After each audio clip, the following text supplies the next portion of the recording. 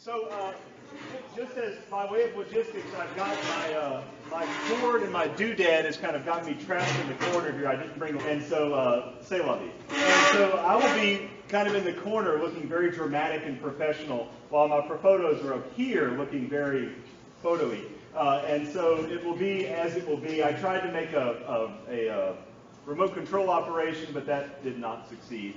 The fine people of St. Anthony do not have the Wi-Fi set up properly. So, again, say la vie. My entire trip was a lot of say la vie. So, let's just kind of, we'll get started a little bit. So, for those who don't know, my name is Father Ryan Humphreys. I was the associate at the Minor Basilica here when it was just a parish. Then I was the rector when it was the Minor Basilica. I was out in Campty for a bit. And for the last couple years, I have been the pastor in Tallulah, Louisiana. And I've also been flying back and forth to Washington, D.C., doing some work with folks up there on the translation from Latin into English. And I've also been working on a couple of projects for the bishop behind the scenes. So I've been keeping busy in a lot of different ways. But about a year ago, the bishop gave me, I approached our new bishop, Bishop Talley, and said I would like 2 extra weeks of vacation. That's all I wanted.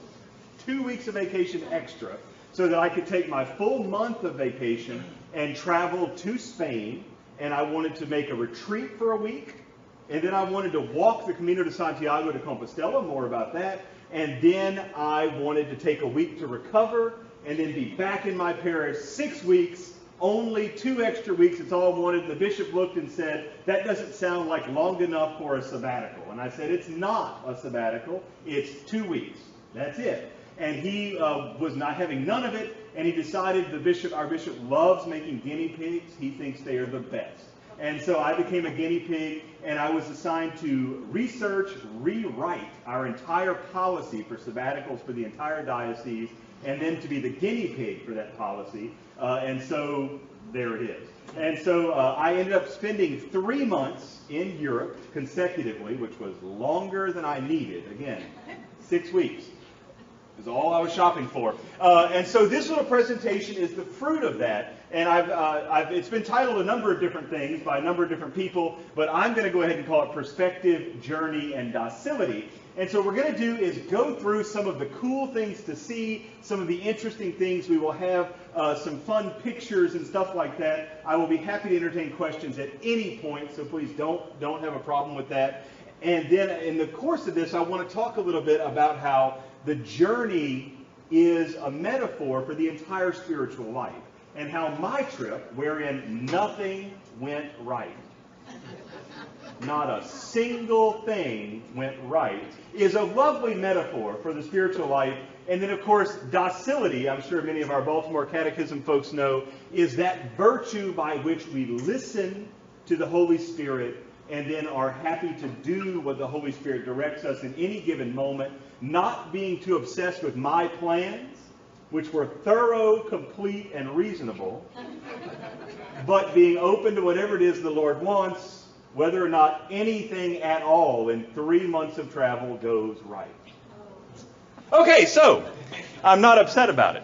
So anyway, so let's get started. First of all, on the sense of perspective. I was the guy here at Immaculate for a good long while. I was running St. Mary's. I was about 90 hours a week was my work week. I was thoroughly enjoying it. And then after a course of events, I ended up in Tallulah. So there was a radical shift in the way that I think about things, and that set the groundwork for the whole question about how we have to think about and have a perspective on the world around us. And so when we think about the whole idea of how we see the world, how I saw the world, how other people see the world, one of the hardest things to do is to get out of the notion that my perspective is the only right perspective. Now there's truth, and truth is truth no matter who speaks truth. But then there is the way that we see other things. Going to Iceland, for example, they don't care a lick about whether or not you're comfortable. They just don't.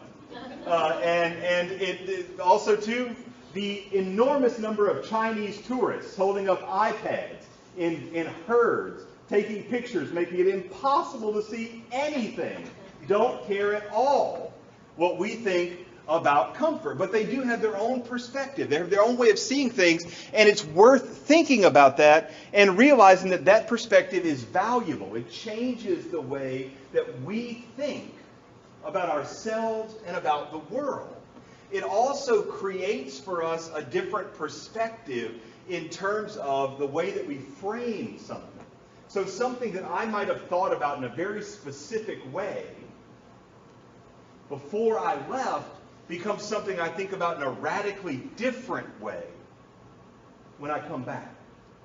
And that can be something fairly dramatic, like the way that I think about the questions and concerns that we all have about what's going on in the Catholic Church today.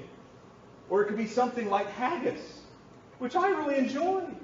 It wasn't as disgusting as I expected it to be, and I ate it for breakfast for 5 consecutive days. And so, our perspective, the change in perspective really does make a big difference. It really does affect who we are. And so, I intended to make a pre-Camino retreat. Then I intended to walk the Camino de Santiago. Again, more about that in just a second. And then to make a series of post-Camino pilgrimages to Italy, to Poland, to Belgium, to Scotland, and to England. So a number of kind of ancient places where a lot of religious things go on and happen. Let me first of all explain to you this word which I will use frequently, and that is the word Disneyfication. I don't know if you understand what I mean by this, but in a lot of places around this world, people now cater so much to tourists, and their entire city center, the whole culture, is so touristified, and it's so fake that it has nothing to do with the culture you think you're going to. Dublin, Ireland. Went to Dublin, Ireland, and I was excited because there are something like 800 pubs in 4 square miles. I went into as many as I could go into and remain standing upright. I don't think I met a single native Dubliner the entire time. Every pub had the random guy in the corner playing the same 2 songs on the guitar, Molly Malone and Danny Boy, and every single pub had 4,000 Chinese folks with iPads taking pictures, and they had one guy behind the counter who looked like if anybody asked for another Guinness, he would simply spontaneously combust. But I don't think I saw a native Dubliner in the entire Temple Bar region. The same thing in Iceland. I never saw an actual native Icelander, I don't think the entire time. It was nothing but this kind of Disney-fied, fake sort of thing that was created for tourists to go into, for tourists to experience. And so I want to warn strongly that when I say Disneyfication, I don't mean good. Nothing about this is good. Nothing about this is positive. Just like there were the stereotypes of Japanese tourists in the 80s with their 9 cameras walking around, so nowadays it's Chinese folks with iPads over their heads, blocking everybody else's view, and it's enough to make one's head explode. So Disneyfication, bad. And so when I use that phrase, that's going to be my shorthand for good God, it's bad. So, just a little bit of a prerequisite to understand that. So, the first place I went was Reykjavik, Iceland. Here, there was not really a particular religious purpose to go. It was just somewhere that I've always wanted to go. I've flown over Iceland plenty of times and said, gosh, wouldn't it be good to go to Reykjavik, Iceland? Reykjavik was a cool place. There is this kind of wonderful city center that all comes around this man-made lake. And it's beautiful, and there are geese, and there are ducks, and it really is remarkably beautiful. There's a lot of ugly art, but this is Iceland. It's just the way it is. There's a lot of ugly art. The city, of course, is known for the Aurora Borealis, the northern lights, which were not visible when I was there, sadly. But it just wouldn't work out according to scheduling. I was there in August. In August. Don't go in August. You want to go November, January are the times. But realize it's so crowded then that you're going to have your own thing. People will tell you to go to the Blue Lagoon. Don't go to the Blue Lagoon. They will tell you, and they will lie to your face, that this is some kind of natural wonder of hot springs. What it is a big hole they dug in 1974, and they attached via pipes to their underground system of geysers. Now, If you like bathing in water that smells like eggs, this is where you want to go. If you love the idea of standing in crowded pool with a bunch of other people you don't know, standing shoulder to shoulder going, this is where you want to go. They have a rule that you cannot set foot in this pool until you have showered in the buff. And there is a watcher to make sure you have cleaned yourself adequately before you put your swimsuit on. If you like that, that's your own problem. That's the Blue Lagoon. I recommend strongly against the Blue Lagoon. Iceland itself is lovely.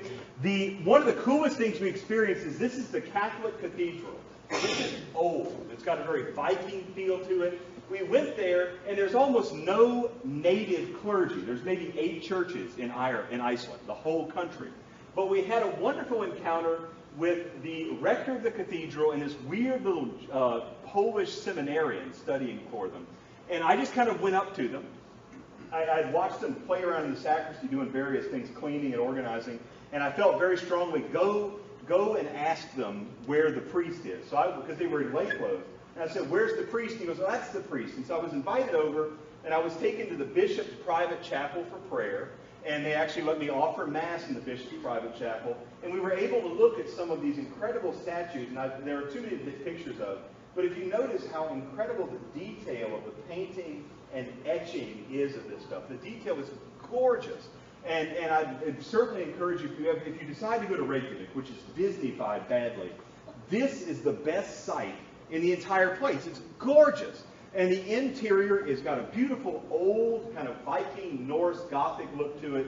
It's absolutely outstanding. And that's one of the best things about going to a place like Iceland is it's so foreign to us. The vocabulary, the language, the letters are foreign. And that's a helpful way to kind of see things from an utterly different point of view. This is a very Belgian-looking image in a very Nordic-looking church. And it was such a beautiful thing to pray there in front of Our Lady and feel that despite the fact that I was completely out of my element, despite that everything in the country smelled like eggs, because it's all geothermal energy. So every shower smells like eggs. Everywhere you walk and there's a geothermal geyser, smells like eggs. It was nice to kneel down and pray the statue of Our Lady because she did not smell like eggs. It was really quite lovely.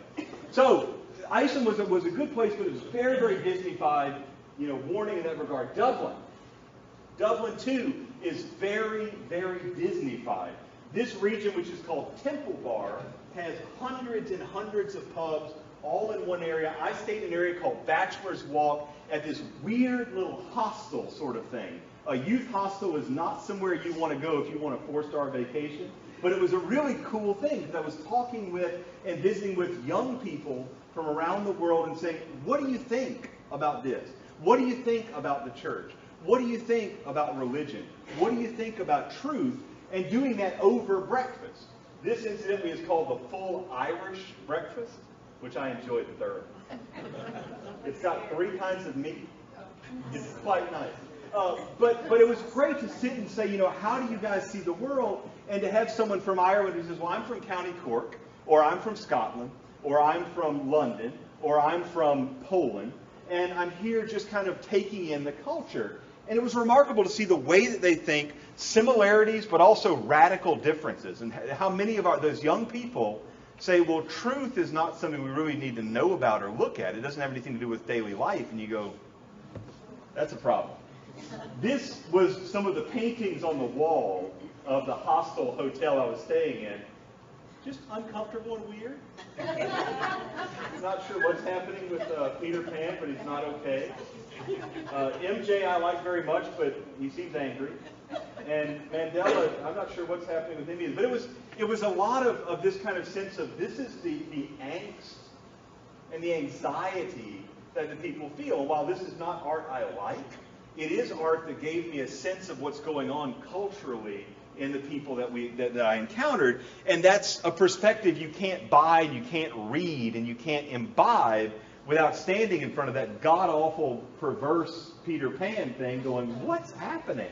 Why would anyone do that?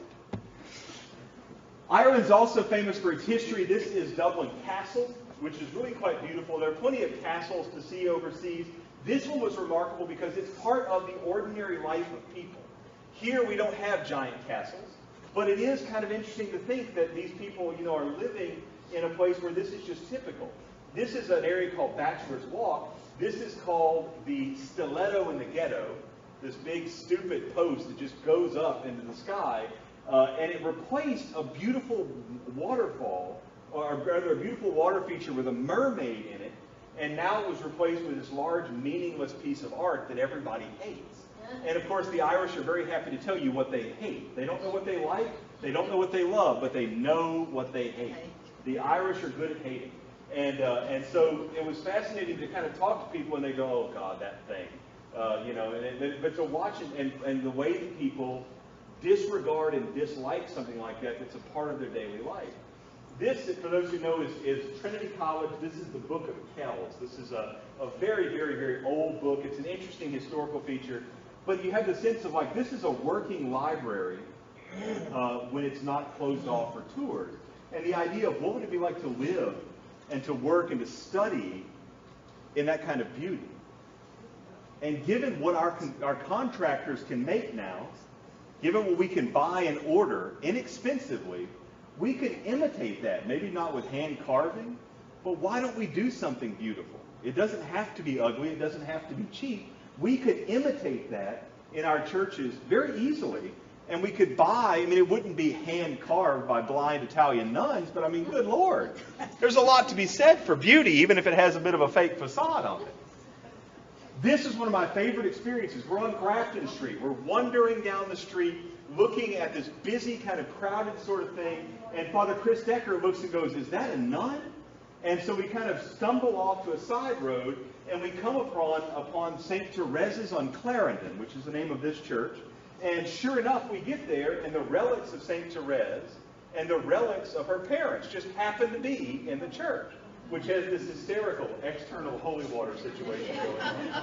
And the two very angry, very unhappy 6,000-year-old priests who are in the back, who clearly hate everything about the universe, because the Irish are good at hating, they are back there going, oh, there's an extra mass we have to do. But the relics were visiting because the Pope was going to be in Dublin 2 weeks later for the big event that he had, the Youth Synod sort of event. That was, of course, completely undercut by the testimony written by Archbishop Carlo Vigano, but it was still a fascinating thing. And actually, I was able to offer Mass in the presence of the relics in this lovely little church, which is for them really small and really uninteresting, but for us is a pretty impressive piece of architecture. And then, of course, this whole situation, which I absolutely love, and I would love to have an excuse to put one in Tallulah. It's outstanding. What a hoot! So we have that. May I ask you a question? Yes, please. Were you able to ask anyone how they felt about legalizing abortion in Ireland now? Everybody I ran into was extremely liberal and very supportive of that. And in fact, within most of the places I ran into, people were high as a kite. There's a lot of crack, a lot of cocaine, and it was. You mean like America? Well, it was worse. Because these are people sitting on the door, in the steps of the church, inside the foyer of the church, getting high and smoking and things like that. It was pretty terrible experience. Iceland and Ireland both, or I should say Iceland and Dublin both, very Disney-fied and trashy, and not a place I'd recommend visiting. If you want to go to Ireland, the town of Derry and the town of Dingle are both beautiful towns, known for their food culture, known for their pub culture, and they don't have the whole problem of Dublin. And I should note that the Irish and the Icelandic don't like this.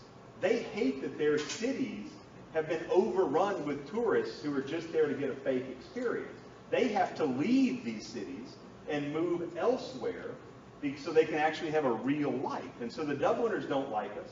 And the Icelanders don't like us, and so it's not as if we're somehow helping them or making them feel better. It's not that way. So I don't recommend either of those cities, just if you're keeping tally of where I would say you should go or not go.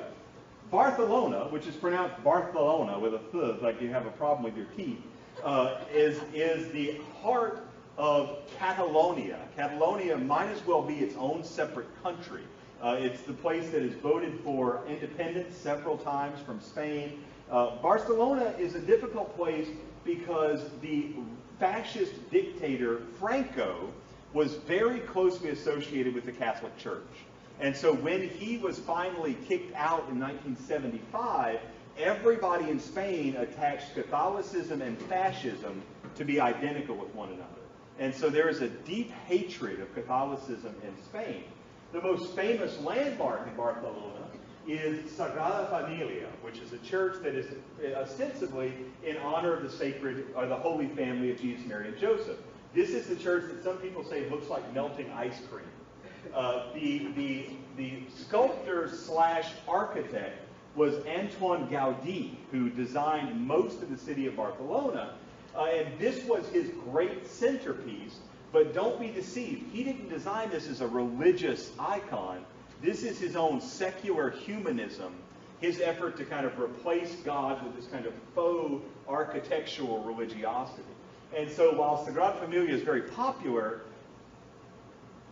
go see it if you like, but I mean, it's not a religious site. There's nothing prayerful about it. It's not a place that I would strongly recommend. Now, in the same city, on Mount Tibidabo, if you ever want to feel all fancy because you know where Mount Tibidabo is, on Mount Tibidabo is this remarkable building, which was built as the natatorium for the 1992, I believe, Summer Olympics in Barcelona. It has been converted into one of the most amazing museums I've ever seen in my life. What they did is they realized that all over Spain, there were these little churches in the 5th, 6th, 7th, and 8th centuries that had these gorgeous frescoes in the apse that were falling down, that were just rotting. And so they went in and they took all those frescoes out, and then they rebuilt those arches and those apses inside this museum. There are hundreds of them. And so you walk for, in some cases, hours around these things, seeing fresco after fresco after fresco in these incredible churches that otherwise would have absolutely fallen down. One of the most amazing museums I've ever seen in my life, it is called El Museo de Arte de Catalunya. So it is a wonderful, wonderful, wonderful place to visit. I think I have more photos of it. Yes, I do. And so you walk around and you see these kinds of situations from a church that was originally in Toledo, or a church was originally in the southern part of the northern part of Spain. Some of these were destroyed by the Muslim invaders. Some of these were reclaimed and restored after the Reconquista. But it's absolutely remarkable. Barcelona is a remarkable city to go to. It's not so much that the food is spectacular. It's not so much that the people are great. It's just that the energy there is electric. And there's just something about the city that feels very alive. Whereas Dublin feels fake and Iceland just feels cold. This place feels really rich and vibrant and living. These are other pieces of art that are taken there. These are huge pieces, 10, 12 feet high, altar pieces and stone works and things like that were absolutely beautiful. If you go on the internet and you look up Catalan Museum of Art, you'll see that they've got all these things photographed, and it's all very, very beautiful. But if you get to Barcelona, which is worth going to, you make sure you drink the cava, which is their version of champagne, and make sure you go to this museum, because it is by far the best museum that I have been to on the planet. It's my favorite museum. It's better than the Academy. It's better than the Uffizi. It is better than the Louvre. It is the best museum that I've ever been to in Europe. Definitely worth going to. Yeah. Okay. All right. So let's get to the heart of the presentation, which is the Camino de Santiago. This is an ancient pilgrimage and a modern something or other. The ancient pilgrimage part goes back to about the late 800s, early 900s. In that time, the bones of St. James the Greater had been lost. St. James, you remember from the Bible, is over in Spain. The Blessed Virgin Mary dies in what is now Kushadasi in ancient Ephesus. And James is taken up by the Holy Spirit and goes all the way to Ephesus to be there with Our Lady when she dies. And then he gets on a boat, and we don't see him again. He just kind of disappears because he's heading back to Spain because he was unexpectedly plucked out and taken over to Turkey for no reason he can tell. So he's on a boat back to Spain to continue his work, and we don't hear from him again. But what we know happens is that he does get back to Spain at some point, and he's ultimately buried in the very farthest western part of Spain. But we don't have any idea where. Jump forward 800 years, and there is a monk who is praying, who the Lord says, go out into a field, you're going to see a star, and the star is going to take you to a field, and that's where you'll find the bones of St. James, because he is needed at this moment in history. So the monk gets up, he goes out into the field, sure enough, he digs down, and there are bones. There are certain markers and indicators that these bones are St. James. He calls the local archbishop, who comes out, and he names the place St. James, Santiago de Compostela. So the field under the star, Compostela. And so you have Santiago de Compostela, and of course we know that right after this happens, the Muslims have invaded southern Spain, and now the Reconquista is the Christian effort to kick the Muslims out of Spain and recover the Christian heritage of that area. And so Santiago plays a giant part in that equation. But what happened is folks would make a pilgrimage to visit the bones of St. James, because this is the new guy. He's the new cool hip thing. And so they go from wherever they are. So people are walking from Rome. They're walking from any number of places. But it turns out there's a weird little place in France called La Puy. And that is in kind of the water side of France, but a little bit further up, north of Calais.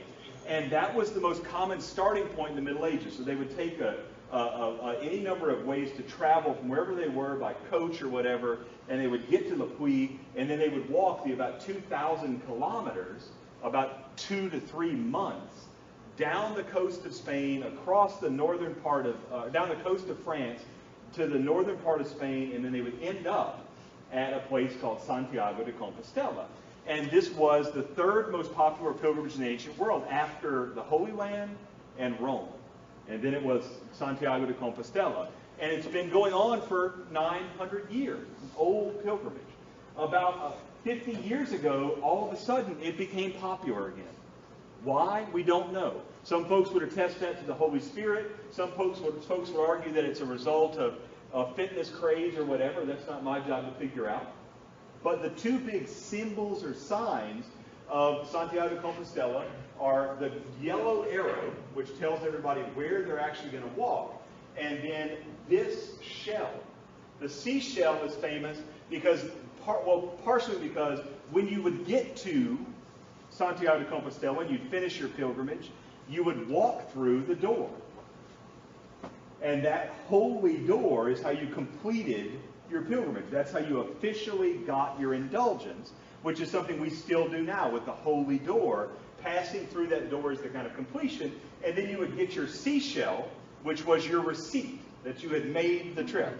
And because you had to go all the way to the water to get the seashell, and so you got your receipt, and then you could go back, and depending on what you had done and why you were making the pilgrimage, maybe you could go back to Holy Communion, or maybe you could whatever it is that you had gone to do.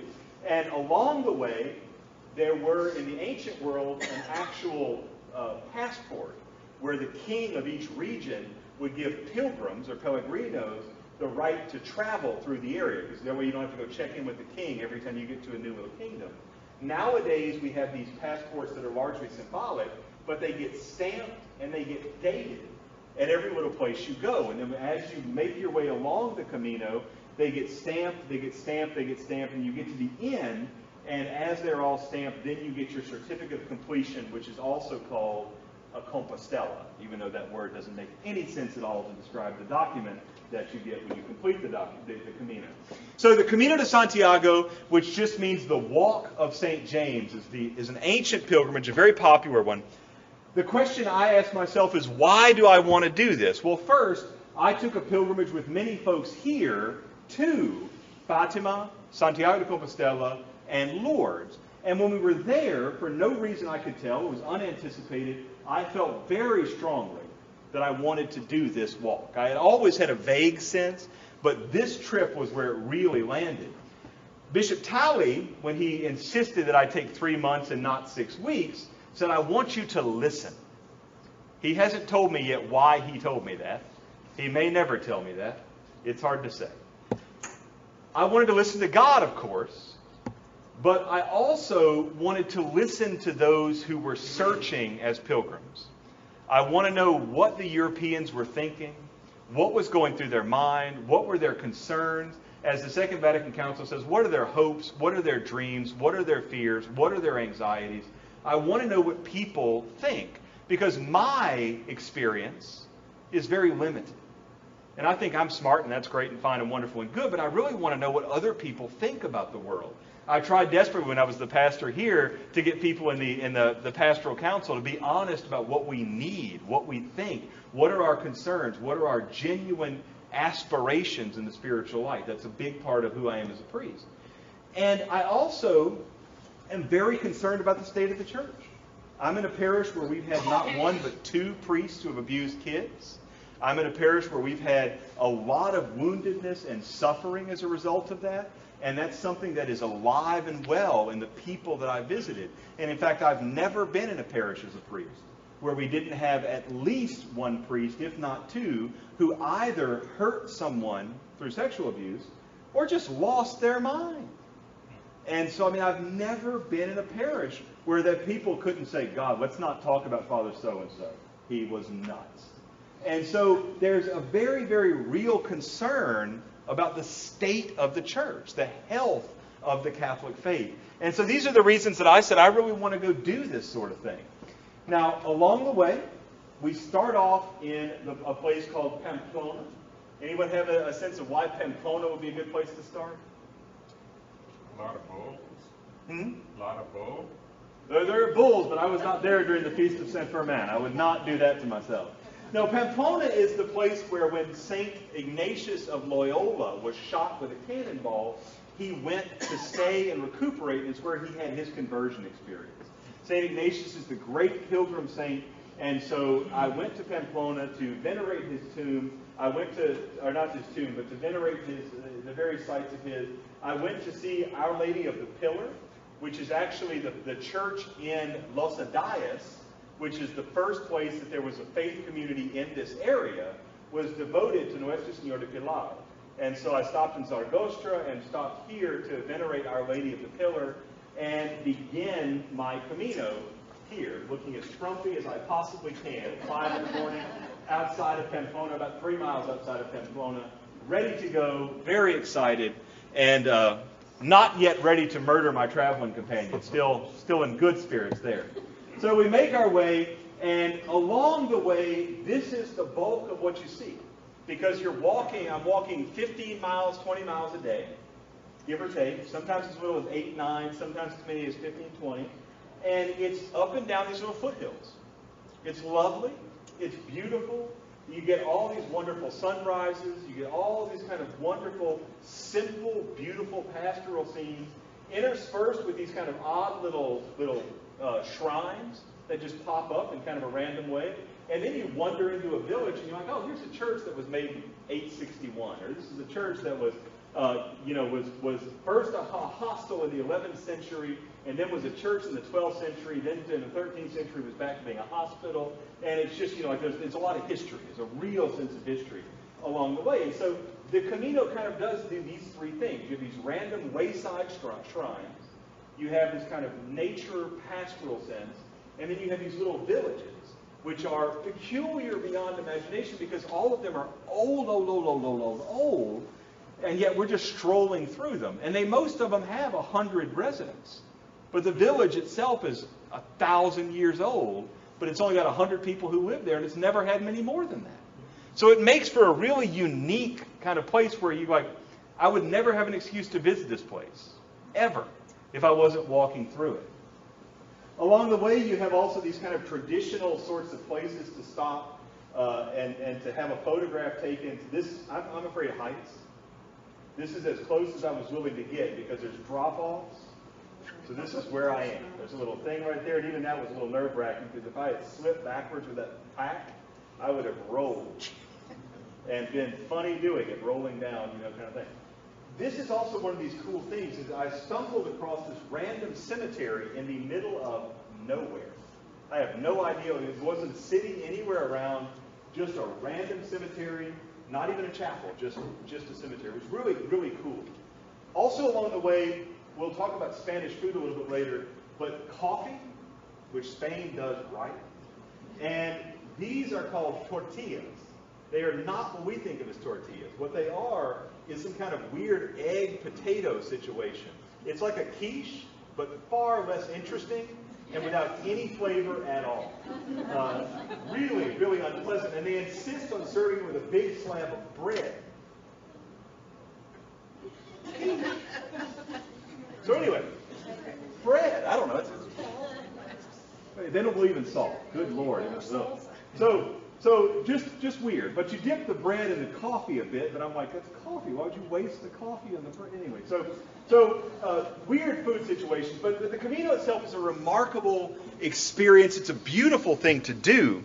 I prepped out 12 months of training. I spent 9 months in the shoes and socks that I was going to wear, 5 to 10 miles, 3 to 4 days a week, packing, and repacking.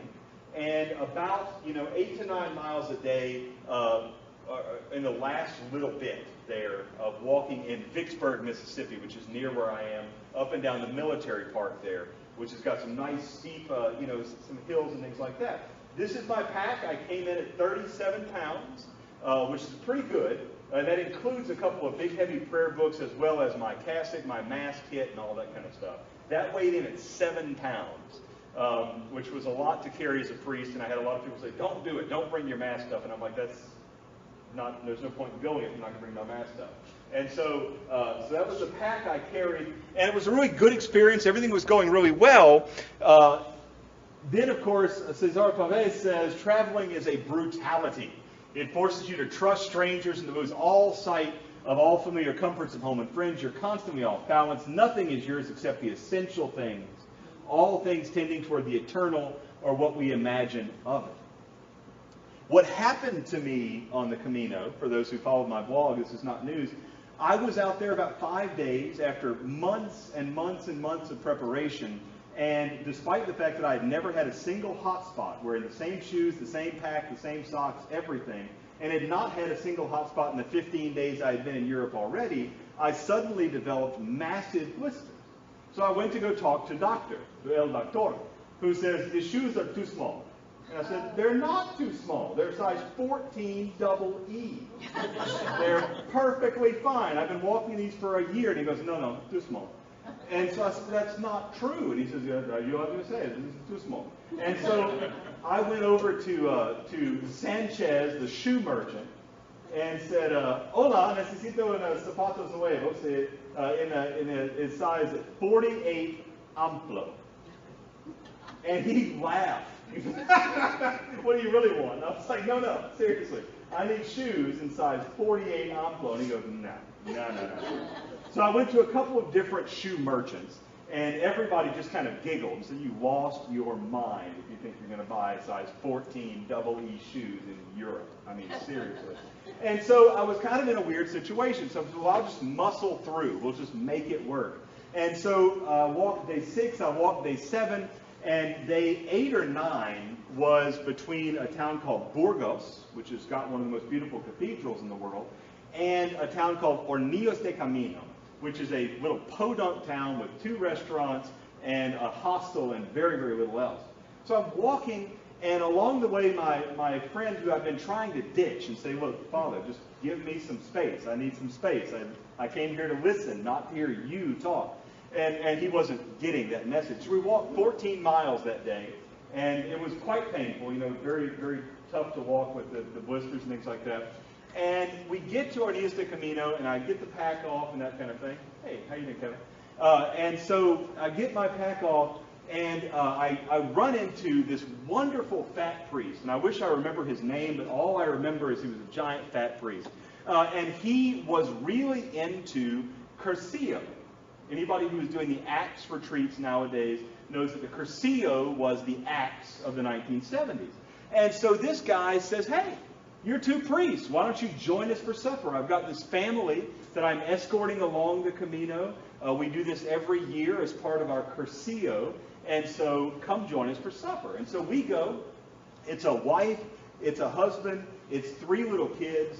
They spoke Spanish on my level, which was good, but 2 of them were practicing their English, which just made my life more confusing because their English was terrible and my Spanish was trying to adapt and adjust and flip and flop. I ended up speaking Italian most of the time, but that's a separate question because I got so confused in my brain.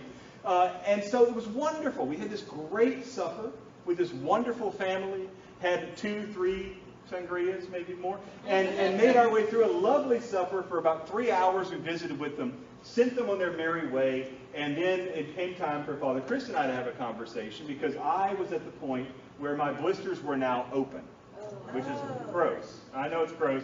The reason I say that is because when you're walking on a trail where there is dung and where there is animals and where there's some stuff, you have to be super cautious about open wounds.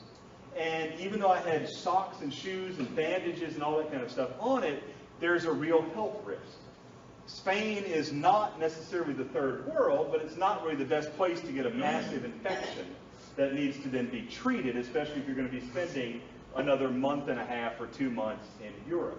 And so I basically, at the end of this time, had prayed that day while we were walking. I prayed while we were talking with El Senor Fat Priest, and basically just said, Father Chris, I don't think that I'm going to go further. I want desperately to do this, but I don't believe there's any functional way to go forward without endangering my health, and we still have 2 months of this. So my plan is to go to Avila. Avila is the town where St. Teresa of Avila and St. John of the Cross live, and to spend several days kind of on a little bit of a retreat there, praying and listening to the Lord. What do you want to do? And I was praying so hard that he would say, I want to keep going. He wanted to keep going. It worked. And so he said, I want to keep going, but here's what I'll do. I'll cut a week off of my trip by taking the train and hopping ahead. And that way he'll still get his Camino. He still gets all of his documents and his completions and all that kind of stuff. And I would then take a week in Avila and in another town called Valladolid to rest, to try to get my feet in order because I had a whole range of medicines I was working with on my feet, and to get some real listening time, to pray and to listen. And so it was not expected, but there is a phrase that is very, very common you hear on the Camino, and that is, está su camino. Está su camino. It's your walk. Don't get obsessed about what it should be. Don't get obsessed about the right way to do it. Está su camino. And so my walk happened to involve trains. It happened to involve going in different directions. And yet it was incredibly good. Father Chris went his way. I got some time in Avila. I spent about 2 hours in the cathedral there the first day, and then spent about an hour every consecutive day in the cathedral, sitting in front of this beautiful image of a crucified Christ, which, well, let's just skip ahead here. Sitting in front of this image of the crucified Christ, wearing a dress for some reason, and just very, very moved by it. And I wrote a lot of journal and spent a lot of time kind of thinking about the state of the church, thinking about what it is the Lord wants for me, thinking about several questions the bishop had asked me to consider. And of course, the cathedral itself is lovely. It's got this beautiful medieval thing, all this gold woodwork. Those who traveled with us to Santiago and to the pilgrimage, the last one we took here, will remember this beautiful, beautiful basilica and cathedral there in Avila. And so it was a remarkable time. It was exactly what the Lord wanted. It was not what I planned at all. But it was precisely what the Lord wanted for me. And it was one of the best parts of the trip because it changed my whole perspective on everything. It changed my whole perspective on the Camino, my whole perspective on what I was asking, my whole perspective on listening to the Lord, on trusting the Lord with what's going on. And then as I'm coming back on day 2 in Avila, this breaks. We remember what happened here. So Pope Francis is coming back from Ireland, and Archbishop Maria Carlo Vigano writes what he calls a testimony in which he drops a series of bombshells talking about now Mr. McCarrick, who was at the time Cardinal McCarrick, then Archbishop McCarrick, and now Mr. McCarrick. Thomas Rosica is not one of my favorite people. He's actually a bit in trouble right now for doing a lot of bad stuff, and this is not a great explanation. But this is the kind of stuff that was being talked about there, and people in Spanish were talking about how the Pope is being framed by this terrible, terrible person.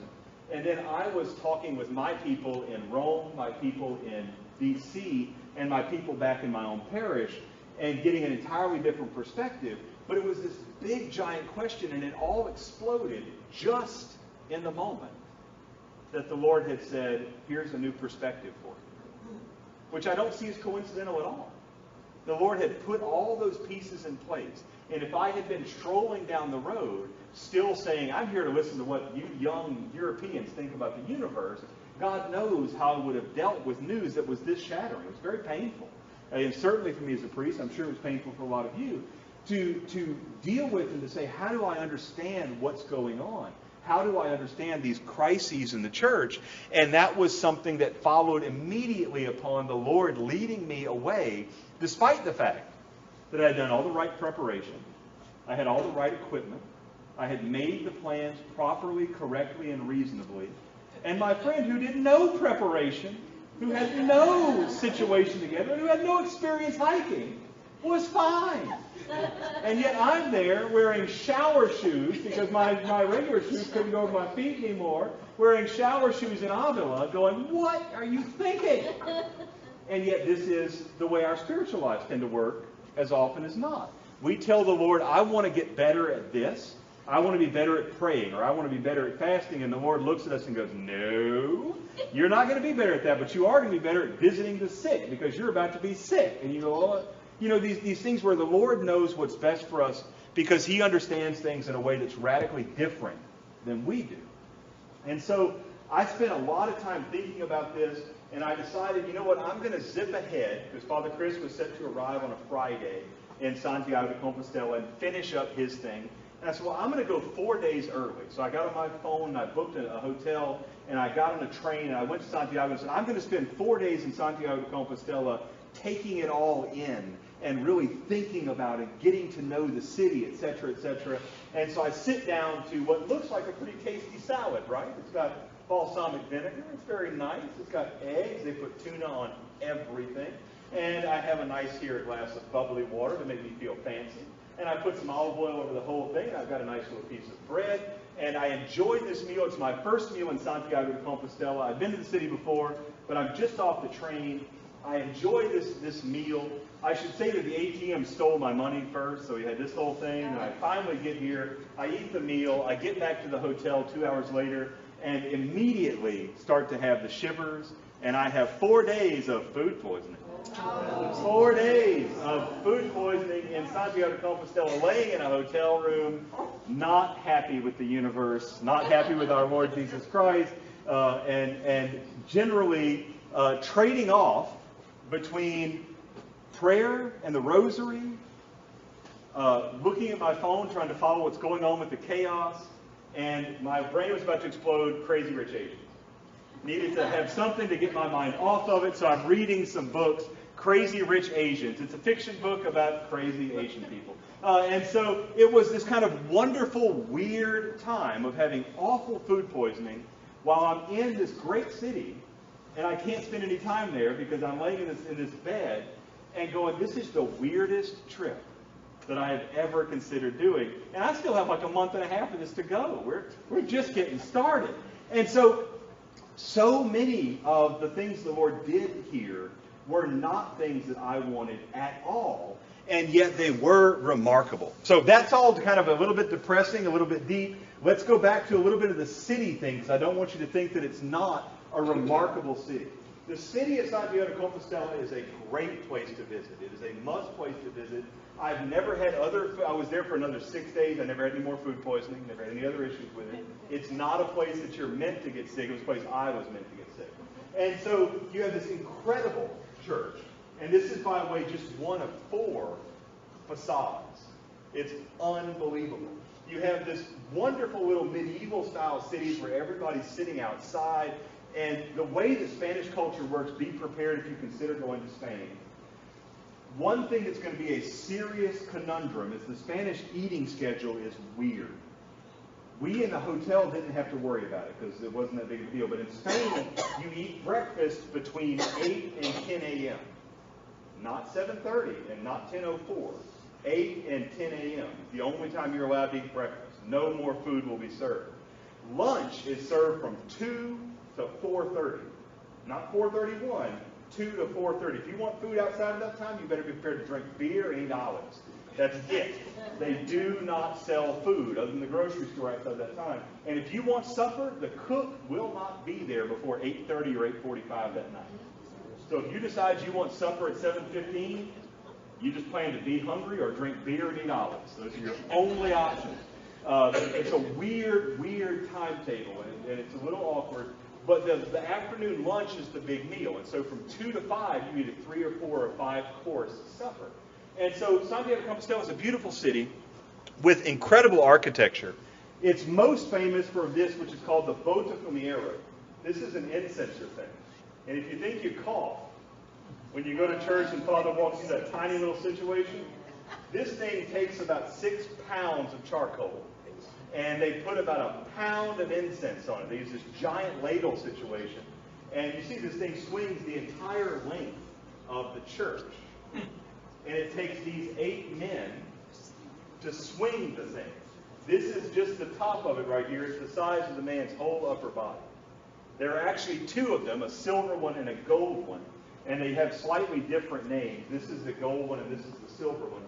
But they are swung almost every day because the Chinese have tours every 6 seconds all over the place. And so this is going on in the church, and you have 6 million Chinese taking pictures with their thumbs. But that means that they're paying the various fees and things to have it swung. So every time I set foot in the church for Mass, the incense was going. But it's a remarkable experience. It's definitely worth seeing. I think everyone who went with us saw it swing. It swings the entire length of the church, and it is scary because they got this big rope situation. You're like, that thing falls off. It is flying, and people are going to lose their heads. It's big, it's heavy, it's terrifying. But it's also awesome. That's the Bota Fumeiro, and that's in the Cathedral of Santiago de Compostela. You're also looking at these beautiful doorways. This is called the Plaza of Glory. It's got a big, long name I can't speak in Spanish. But you have all these kind of beautiful, Dr. Hare can speak more about the particular architectural styles of those sorts of things, but this is a beautiful, remarkable church. If you want to go to an old city where you can stay in a comfortable hotel and eat good food that's accessible, Santiago de Compostela is your place. It's a great place to visit. And it is a wonderful, if you're going to do Fatima, you can go from Fatima straight up Santiago and then straight over to Lourdes, and it makes for a very reasonable place to visit.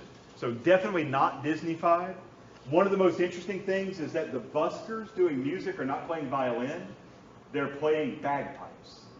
Because culturally, this city is more connected with Scotland than it is with Spain. The Galician region is based upon Gallica, Galicia, in Scotland. And so the people who are outside walking are playing the bagpipes, begging for money, not the violin, which makes for a really cool, weird experience. Inside, this is the shrine to Nuestra Señora de Pilar. Again, there's that connection with Our Lady of the Pillar. And you have these other just lovely churches and other lovely images of the Reconquista, which is still something that's fresh in the minds of the churches there. Also, these God-forsaken beer and olives, which were delicious on day 1, 2, 3, 4, 13, 67. But every time you order a beer, you get olives. And sometimes you get chips.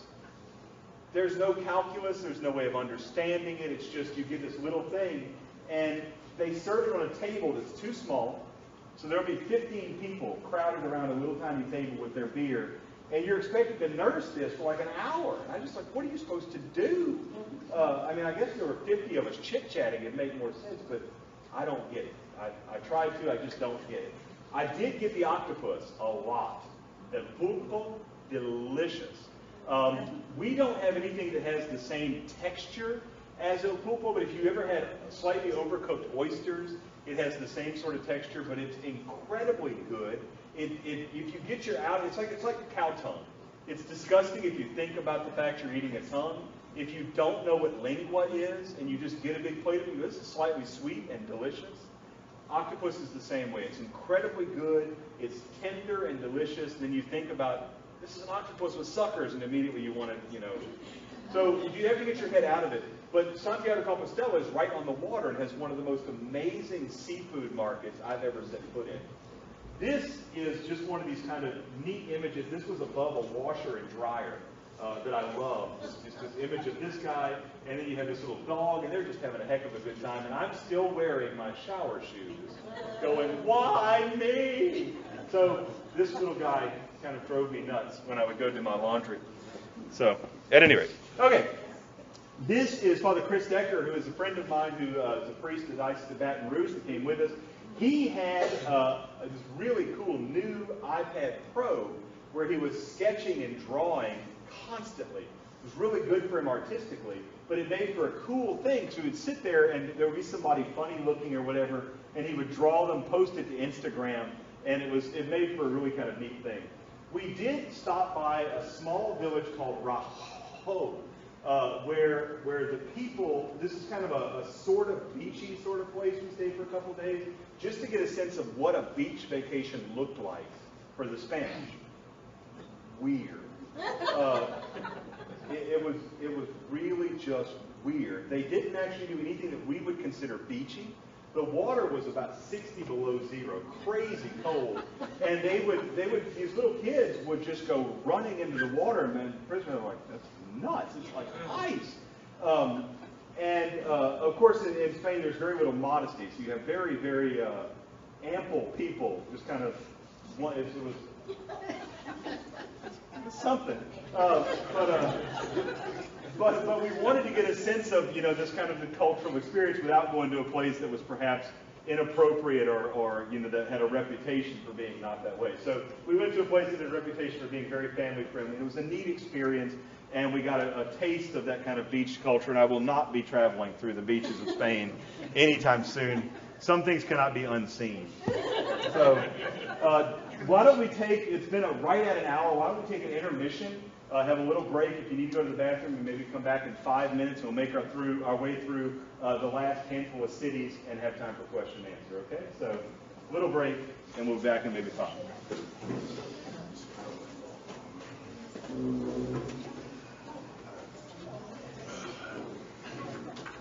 Allow me to get a picture of you when we do that. Yeah, that's fine. All right, everybody, why don't we get back to it so we can...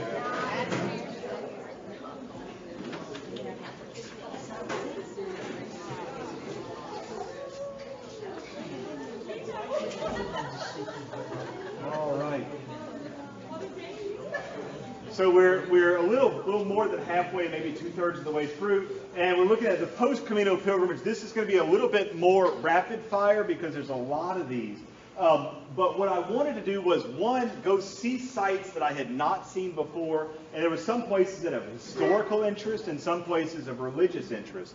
And so the first thing we did after we finished in Spain was make our way to Rome, to Assisi. Now, I've been to Assisi 5, 6, 7 times, but I have never been to Assisi once without a tour group. And so it was wonderful. I spent a week staying in a tiny little hotel right next to the Church of St. Clair, up on top of the hill. Every morning it was walk out, go 3 steps to the right, have the Caffè Corretto, which is an espresso with sambuca. And then just kind of stroll down and around the square, backwards, go to San Damiano, spend some time praying, wander to St. Francis, wander here and there. It was everything I hoped it could be. And it's a city that I would strongly recommend anybody who, whether you've been or not, if you want a vacation, it's a great place to vacation. Everybody speaks English. The food is delicious and accessible. There's lots of choices. There are about 8 or 10 major sites you can go see. And it's definitely a cheap place. I stayed for €22 a night in this hotel, and it was very comfortable. It was a hostel, but it was me and my friend. We had a room, several beds. It was comfortable as can be. It was not air conditioned, so I would not recommend going in August if you want to stay at his place. But Assisi is a great place to just go spend some time. And so I spent a week there, and I would definitely go spend another week there just having nothing to do but just to see what's going on. There is in Assisi 3 great basilicas: the Basilica of St. Francis of Assisi, the Basilica of St. Clare, and the Basilica of Our Lady of the Holy Angels. All 3 of them are definitely worth seeing. All 3 of them are beautiful, and the whole city is just remarkable. Anyone who's been will tell you it's probably one of their top 5 favorite cities on the planet. This is the tomb of St. Francis downstairs, where I was able to offer Mass. He's buried right here, and it's open for prayer. This is San Damiano. This is where he saw the famous image, and it was the St. Clare's monastery. She died here. And then this is the little chapel inside San Damiano. This is not the cross that spoke to him. That's now in St. Clare's Basilica. But this is where the cross was that told St. Francis to rebuild my church. And I spent about an hour in this little chapel praying. Every time I've been, I've had to rush through because you get 5 minutes. And so it was great to spend an hour praying the rosary, reading the Bible, and just sitting in this chapel. And it's one of the most spiritual places I've ever been. It was absolutely wonderful. I cannot recommend enough going to Assisi just to spend time. And again, it's cheap. I mean, cheap. 22, 25 euro a night. I mean, you can't go anywhere for that kind of money. I did then, from Assisi, went to Rome. I am not going to spend much time on Rome because there's so much Rome out there. We've talked about Rome and everyone's seen pictures of Rome. This is one of my favorite churches. I've never had time to spend at any of the major basilicas, and because I've always rushed through. So I went to most of them and just sat for an hour or two. Walked around, looked at the art, thought about things, considered that, looked at it, took a picture, walked around to some of the weird old, this is just randomly in a park. I mean, I don't know what this is. No one knows what this is. But it's just kind of like, just look at it and say, I'm here now. I'll take a look at it. One of the great adventures of Europe is finding a laundromat. And so there was a lot of wandering, walking around with clothes, and just wandering into places. I also stopped into a bookshop and saw a book called L'Agenda di Trump, which was food. To get a sense of what Europeans think of Donald J. Trump. It is hysterical. And so I was reading this little book in Italian just to see what they would do as I walked by. It was great. It was great. So having a lot of fun with the politics of Italy. This was a church I had not been in before. It's right down the street from St. Mary Major, and this is the pillar which Christ was tied to when he was whipped. And it was an incredibly spiritual sense in this little church. I can't remember the name because it's a long name and one of those very Italian names. I've got it written down, but I couldn't remember it. And this pillar was incredibly beautiful, and it's in this chapel with the first mosaic of a female saint that we believe that was ever made. And then it's in the main church, you have these kind of beautiful images. This is actually the church right across the street from it, and this is the original icon of Our Lady of Perpetual Help. That is in St. Philip Neri's church, all of which are right there along that road that goes between St. Mary Major and St. John Lateran. There's one big road, and along that road are 3 or 4 little churches, this basilica and the Church of St. Philip Neri. I stayed with the very, very, very, very, very liberal Redemptorist order. These are the very, very, very, very, very, liberal priests. And it was wonderful to sit and have supper with them. I've heard people explain this or that or the other position that I don't agree with before, but I've heard it on Facebook, or I've heard it from some 20-year-old who thinks they've got the world under their shoulders. To hear over supper someone explain a position, and this is not, things like I'm in favor of abortion. This is things like social sin versus the universal principle of personal responsibility. These are deep theological things. But to sit with these guys and have them explain it and say, this is the way I see it, this is my experience. I didn't necessarily agree, but it was wonderful to hear a different perspective from someone who really had lived and who wasn't just talking from an ivory tower, as we so often end up getting from 20-year-old millennial theologians. nowadays. So, finished up in Italy, went to Krakow. Best place. I went to the ATM and got 1,000 zlotys. And I paid $270 for 1,000 zlotys.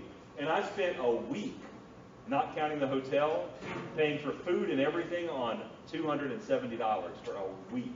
It was, and the hotels were cheap too. I mean, like $35 a night, kind of cheap. This, of course, is a remarkable city. It's small and compact. The Church of St. Mary is crazy beautiful. It's very busy on the inside, but everywhere you have these incredible food, incredible culture. It's a very lively, young place that is just getting over the Cold War and says we want to be where everything's going on. Of course, there is the shrine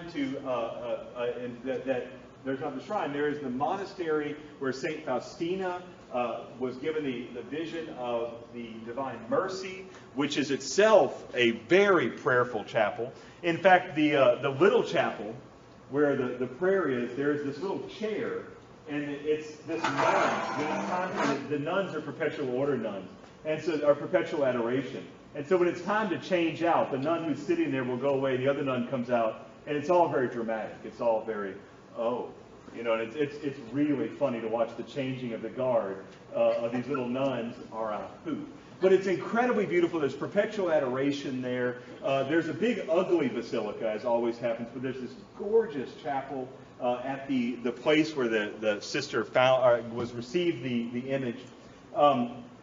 I want to cut, though, I'm going to come back to that and look at, this is Auschwitz-Birkenau. It's about 30 minutes drive from the city. It is the most important site that I saw on this trip.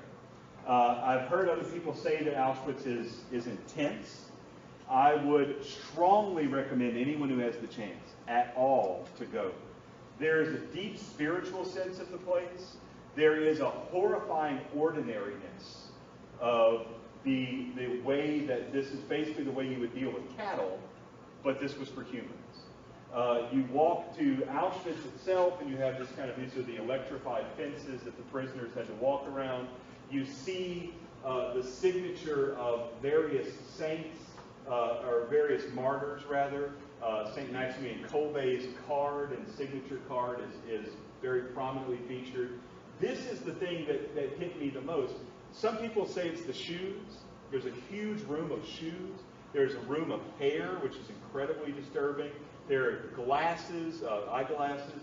But for some reason, it was all the hair tonics that caught me by guard, because these people did not come here believing they were going to be killed or become prisoners. They came believing that they were going to be resettled and have a future. And so people came with hair tonic, ready to make a good impression when they went to a new job to try to start a new life. And this just absolutely shredded me. It was an unbelievable experience, one that's hard to think about even now. I don't have many more pictures of it because I don't want to put myself back there too much, but it's incredible. Auschwitz is the first camp, and there's actually another called Birkenau, and that's where the famous scene with all the Hungarians on the train cars is taken, where they're going to basically getting off the train cars and going straight into the crematorium. They're not even going to housing. They're just going straight into the places to be gassed and killed. It's unbelievable. And if you ever have a chance to go to Krakow, there's so many wonderful things to see, but Auschwitz is a must visit as far as changing your perspective on the world and on culture. On the other side of the city, there is this salt mine. And it's a salt mine that's basically a half-mile underground. And this is carved from salt. And this whole thing is carved from salt. And this is everything. There are chapels, basilicas, basketball courts. The whole thing is cut out of salt. It's unbelievable. Now, you walk in and they go, okay, we're going to start by having 500 steps down. And you go, that's got to be a joke, right? That's not a joke. It's a lot of walking. It's about a 4-hour tour, and you walk about 9 miles, according to my Fitbit. So it's no joke of a tour. But if you can handle it, this is one of the coolest sights that I've ever seen. It's not particularly awe-inspiring or religious. So cool. So cool. And if you have the stamina, it is awesome. It's also inexpensive. Everything in Poland is cheap. So this whole tour is maybe $13 for them to drive you, spend 5 or 6 hours, and then drive you back. So, I mean, it's not like you're doing anything that's undoable. It's absolutely wonderful. The Divine Mercy Shrine is connected to the John Paul II Center, and I came around a corner and was completely flabbergasted to find the cassock that John Paul II was shot in on May the 13th, 1981, the Feast of Our Lady of Fatima. And the whole church is just ugly, but as so many things are in Europe, there's this kind of just ugliness that design and architecture. But this was absolutely stunning. We just stopped and sat and prayed for a bit, and this is the blood of a saint who was shot in Our Lady of Fatima, possibly attached to the third secret of Our Lady of Fatima. So many incredible moments of prayer and a real sense of perspective. I'm thinking about all the tough stuff I have to put up with as a priest, and I'm like, it's not that bad. It really isn't. Although I do have to admit, I walked up when I was leaving, and I went, oh, it's water silk.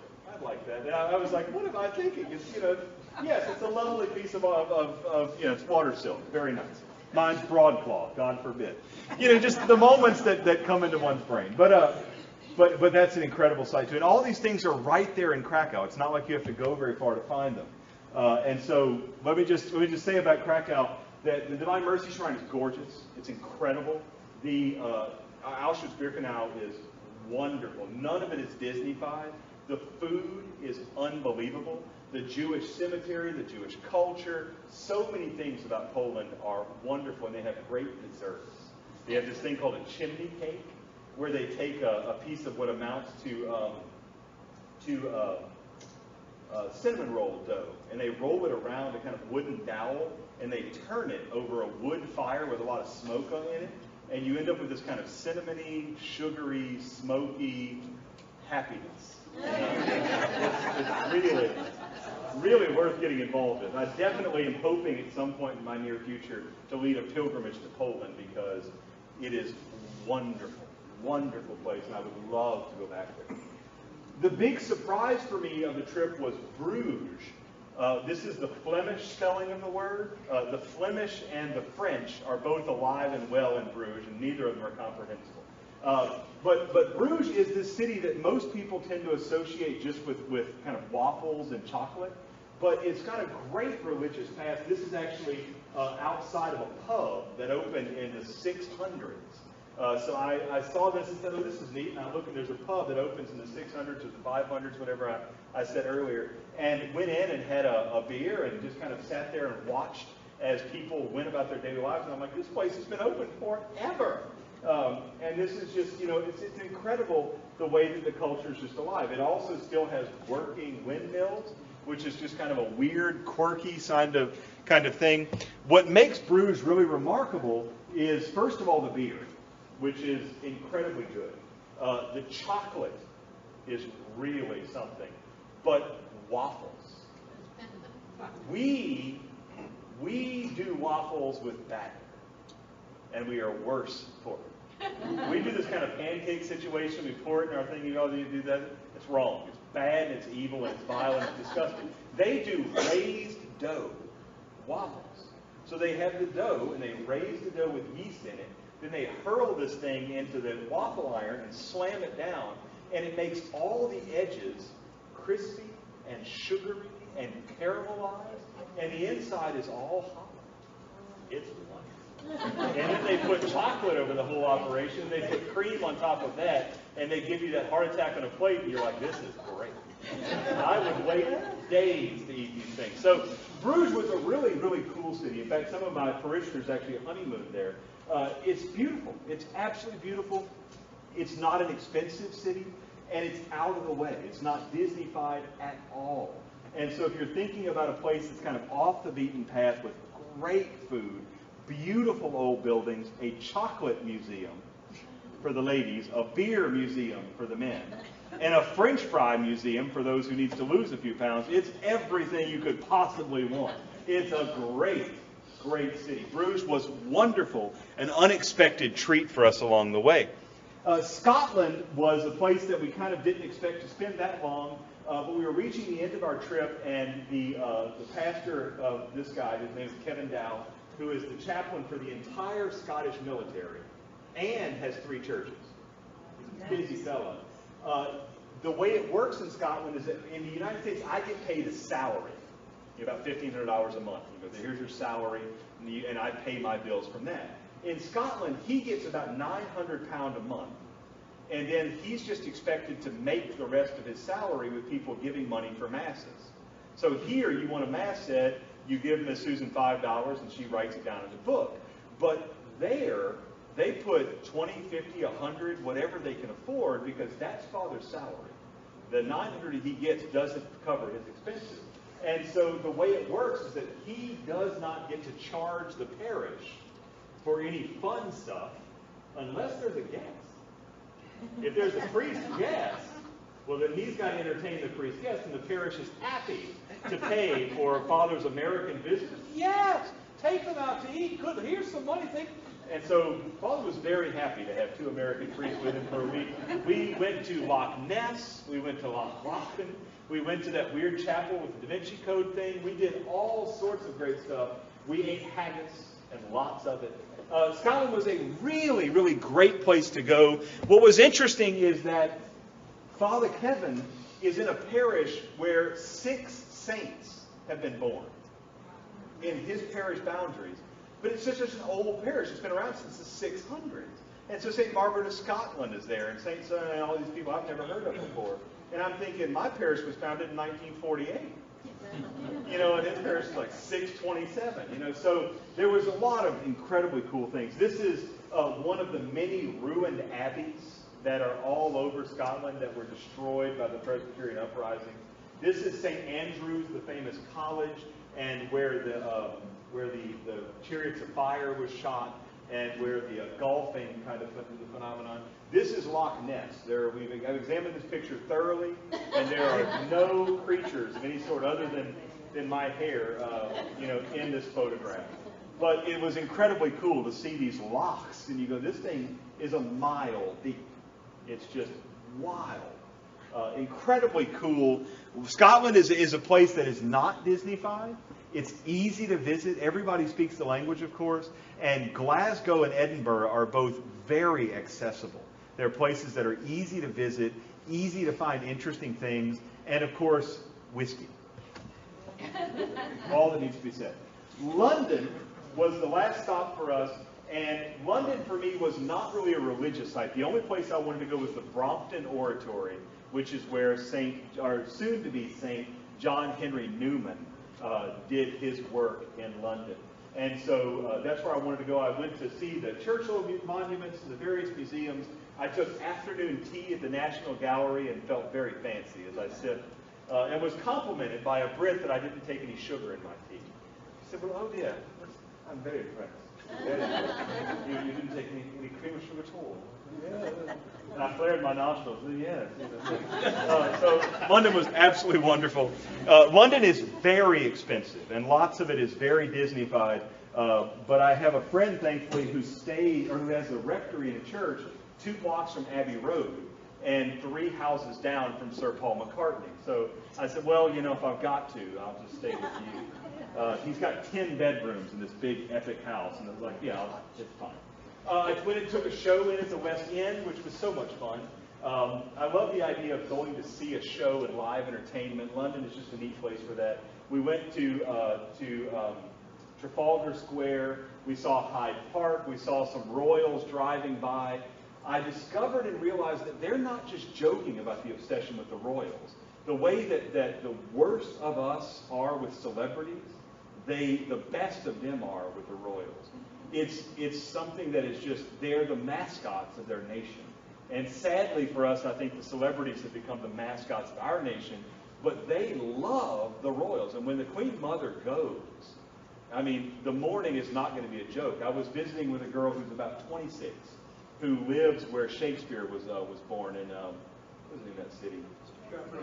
That's the one. Stratford-on-Avon. And she's a friend of mine who lives over there, and Father Chris and I were just chit-chatting with her, and I said, what's going to happen when the Queen Mom goes? And she stopped walking, and she said, everyone's grandmother. Everyone's grandmother. It's like the whole nation all lost their grandmother all at the same moment. I mean, and it wasn't even a little bit of a joke. And she's not, she's a very traditional Catholic, but it was like, it's that they love the royals. They love the Queen Mom. Most of them are very nervous about Prince Charles. Not a little bit nervous, very nervous about Prince Charles. They don't like him. They don't think he's going to do a good job replacing the Queen Mum. It was not a good conversation. They were very unhappy about it. I did make a chance to go off to Oxford. This is where J.R.R. Tolkien and C.S. Lewis would go every Thursday morning, I believe it was, to have a drink, because who doesn't need a pint of ale at 8:30 in the morning? And this is The Eagle and the Child, also called The Bird and the Baby.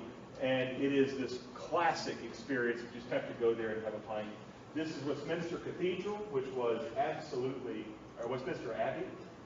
This is where Newton is buried. This is where Mozart is buried. This is where Handel is buried. This is where the guy who just died of wheelchair, Stephen Hawking, is buried. It's nuts how cool that building is.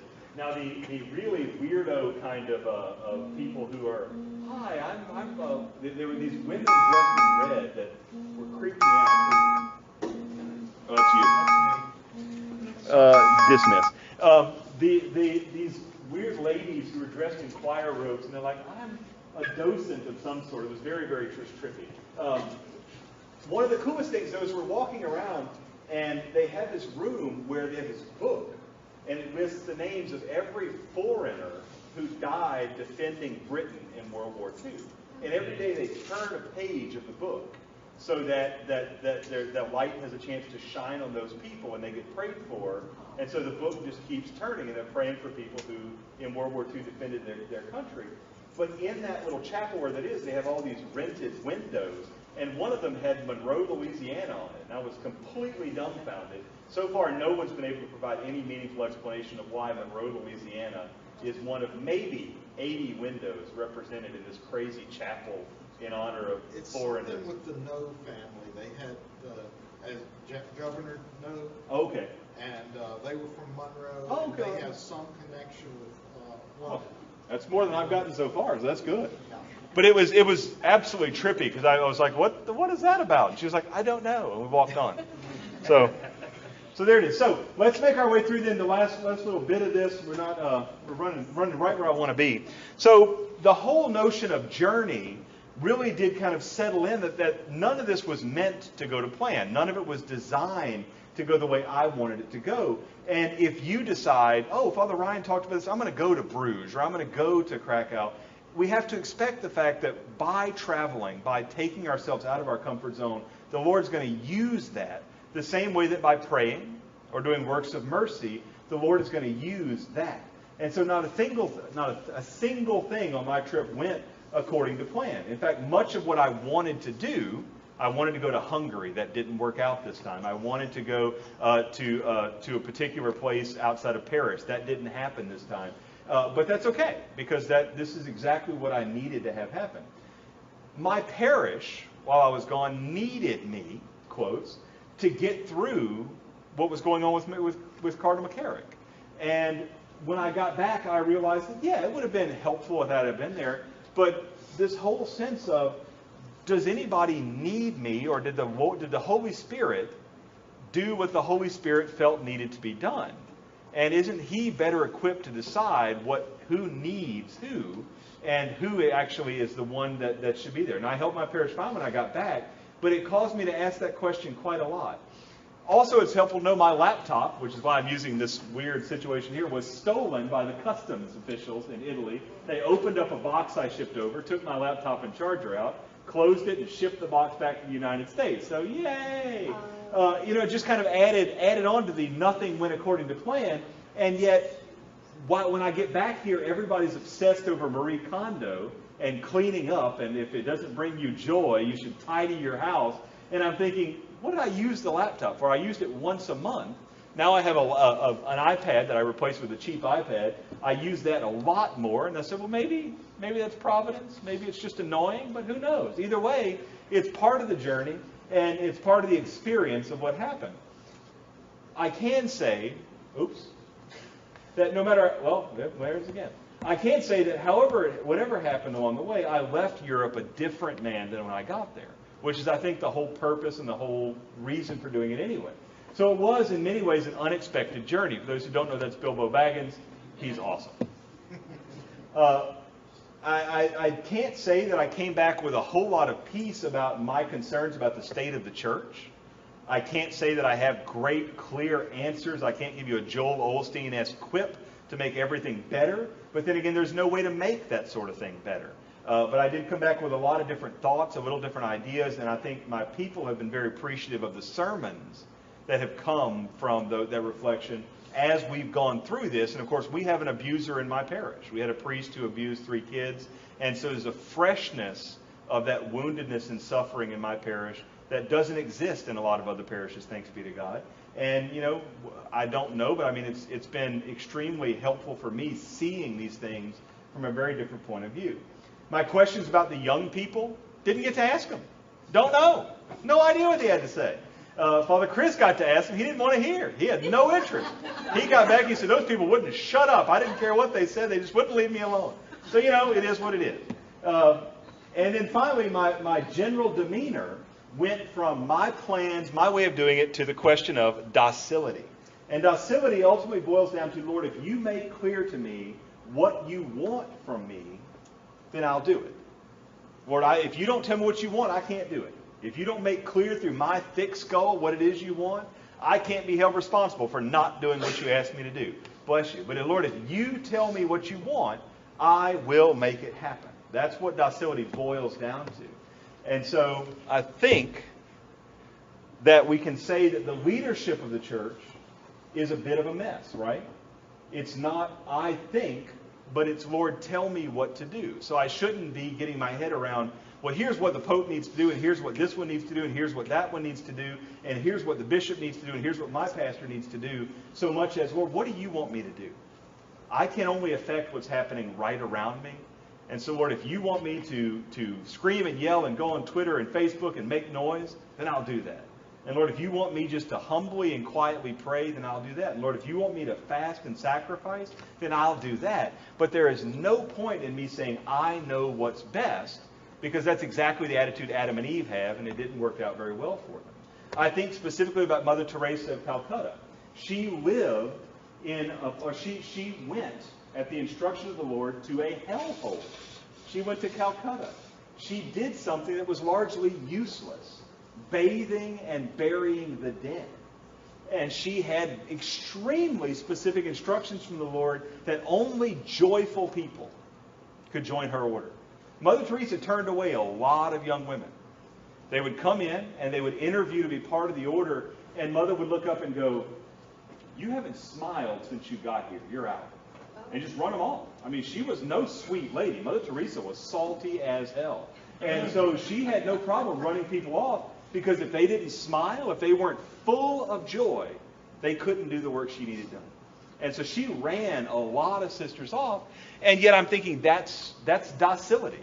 That's not saying I need to get this done or I need to raise money. It's, Lord, what do you want from me? I think the same thing about Francis of Assisi. The Lord says, rebuild my church. He has no meaningful plan. He doesn't have any idea what's supposed to happen. So what does he do? He just starts rebuilding a church. He listens to what the Lord wants, and the Lord uses that to a greater effect. But if Francis had said, I know what we need to do to fix the church in Italy, then. And I think the same way about St. Paul in Corinth and Thessalonica. St. Paul goes to Corinth. Corinth is a hellhole. It's a pagan culture. They are absolutely obsessed with violence and sporting. They have a vicious sexual ethic there. Anything that CNN thinks is offensive is completely fine in Corinth of the time. St. Paul gets there. He's got no miracles. The Bible does not exist. He has nobody who can make him an introduction for him. And he is facing the fact that Christians, according to the Roman propaganda, are troublemakers, they're intolerant, and they are cannibals. That should sound fairly familiar, to our modern era. And he goes in there with nothing but his faith. And saying, Lord, what do you want from me? He does not have a Bible. He does not have CatholicAnswers.com. He does not have any resources to work from. He does not have anything at all to recommend him except, Lord, whatever you want from me, if you tell me what it is, I will do it. And that kind of leads me to where I am as an individual and where all of us are. None of us can make plans that are going to be in any way useful for the Lord. All we can do is be docile to what he wants. That's in our families.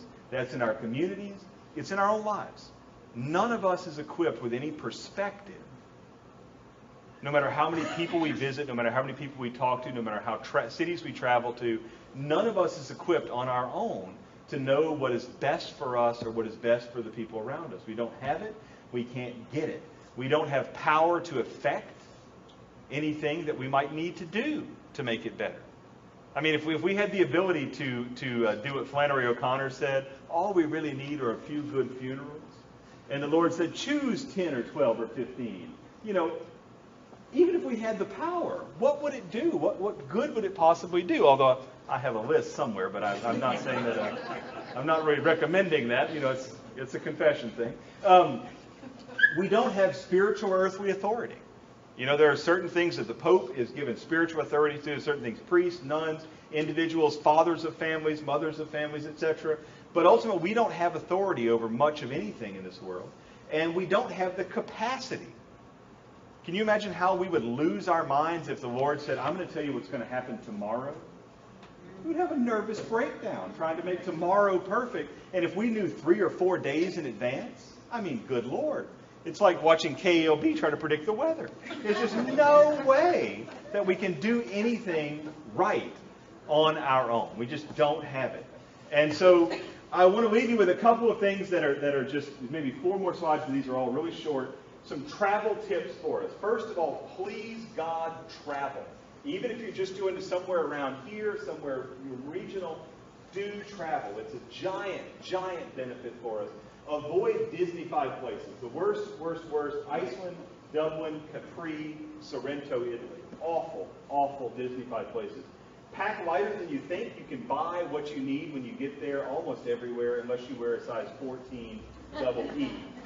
Do seek out the locals, but be safe. The issue with the Muslims in especially Western Europe, it's a scary time. Please don't wander off, but do seek out the locals.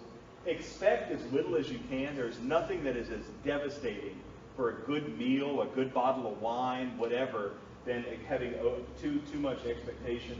And you can really make every trip a pilgrimage. Even if you aren't in the churches, you're not going to religious sites, even if you're just going to some place, where, Saint Denis might be buried. There can still be a moment of, Lord, what do you want me to do here? What do you want me to recognize? What do you want me to see here? And I experience that all the time in those Camino walks, in the middle of absolutely nowhere, 12 miles from civilization. Lord, what do you want me to see here? What do you want me to experience here? The best food? Barcelona had red wine and ham tapas, which are actually called pinchos in certain parts of that area. Rome, of course, pasta, wine, and bread. There's a restaurant called Alboschetto.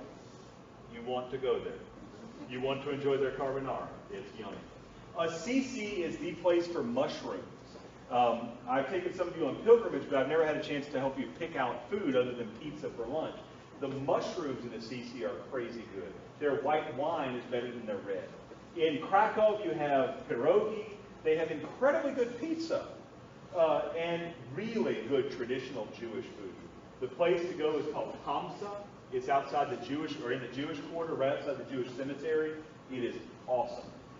Bruges has waffles, chocolate, fries, and beer. Do you need anything else? That's like 4 food groups for you right there. Scotland has whiskeys and haggis. Haggis seems really off-putting, but if you just think of it as boudin with oats rather than rice, that's all haggis is. It's boudin, but it's got oats instead of rice. It's really yummy. So it's nowhere near as off-putting or disgusting as it tends to be painted as a thing. And in London, afternoon tea is so much fun. You get the little 3-level tray situation. You're drinking your tea. You feel very fancy. You know, there's the little sandwiches, cucumber sandwiches, and you have the little scone that you eat with your jam, and then you have your little, oh, it's just.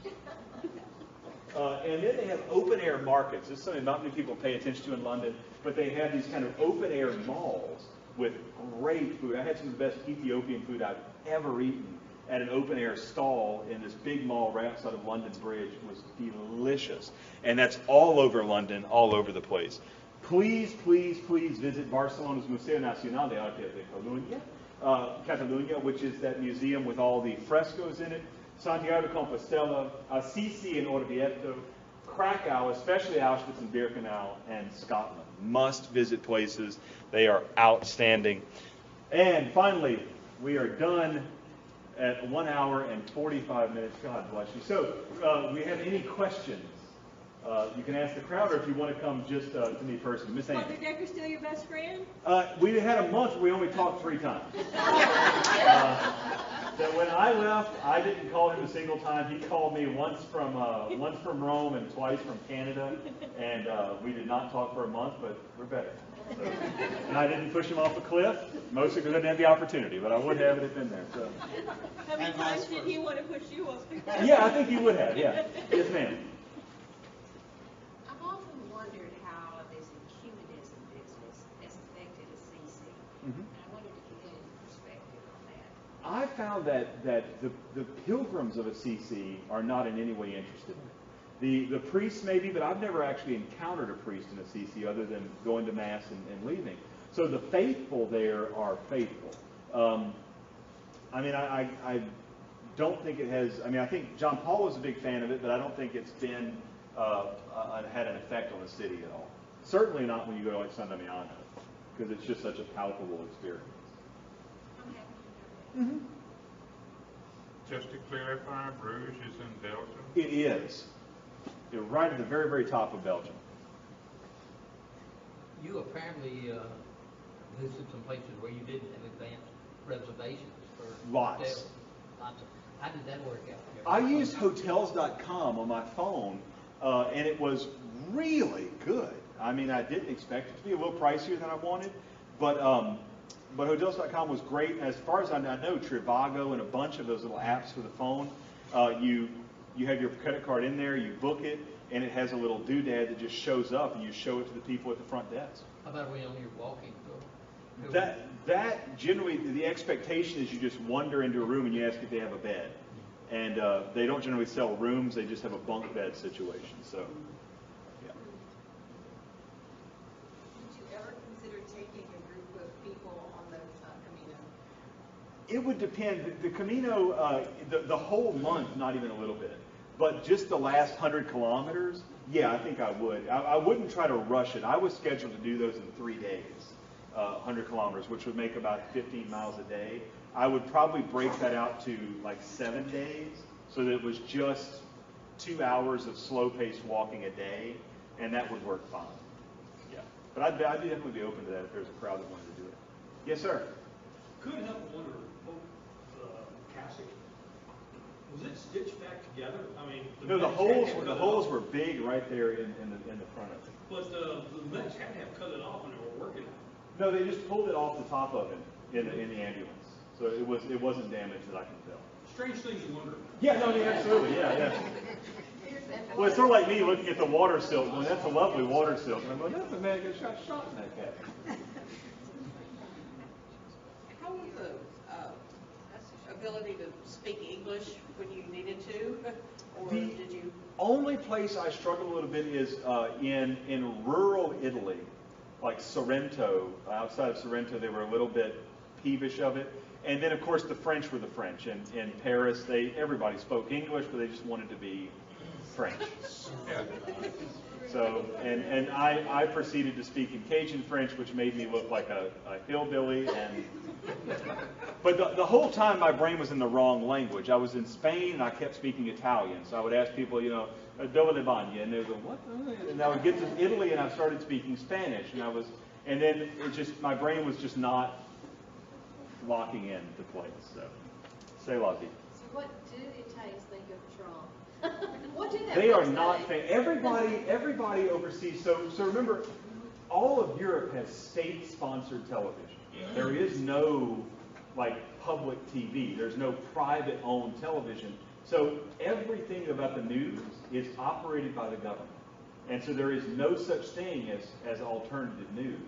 And so all the governments hate Trump because he's against that kind of New World Order globalism. And so all the people, with very few exceptions, hate Trump.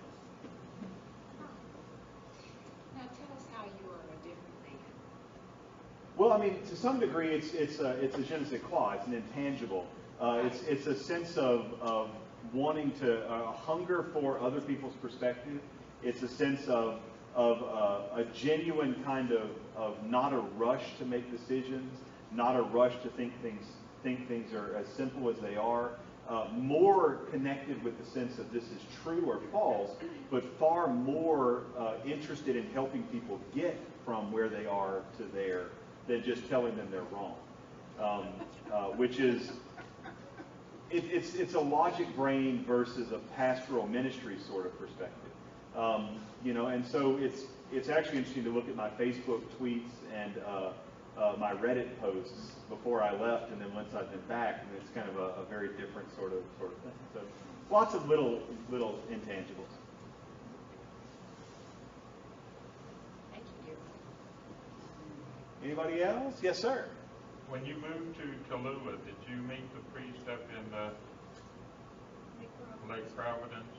The priest at that time was Mark Watson. That's my nephew. Oh, how wonderful! Yeah, he's over in Bossier, I believe now. Yeah. Yeah. And he just took a group on this tour that you're talking about. Okay. So if you want information, and he even speaks Spanish because his father took him to Spain for several years. Oh, great. Yeah, I talked to Mark about the trip when I was planning it, and he was moved right after I got there. So, but he was excited about it. And I went and helped him out with a penance service and things. He's a great guy, very, very sweet guy. Más preguntas de? Anyone? Okay, well, I'll be up here for one more question. So physically, to walk the Camino, someone my age, could I do it? Yeah. Yeah, the thing is when you're carrying weight, that changes your perspective. When you're walking up and down hills that are not like concrete but that have slippery rocks, that changes your ankle situation. So you need the right shoes, and you do need to do some training and conditioning just to build up strength in the ankles and the knees. And then you probably want to have some kind of icy hot thing to address the knee, and you might even want some kind of an anti-inflammatory. Is what I'm trying to think of. I forget the name of the Advil, something like that, because you just have, But if we were doing a thing where you're only walking, say, 4 miles, 5 miles, and you're going to stop 4 times, you're going to still have some inflammation, but it's not going to be usage. It's just going to be pressures and unexpected applications of pressures. Did you ever discover why your feet went bad? Not at all, because I had no problems at all afterwards. The shoes I never had an issue with them again. I never had any problems with my feet. Wore nice thick wool socks and all that? Yeah.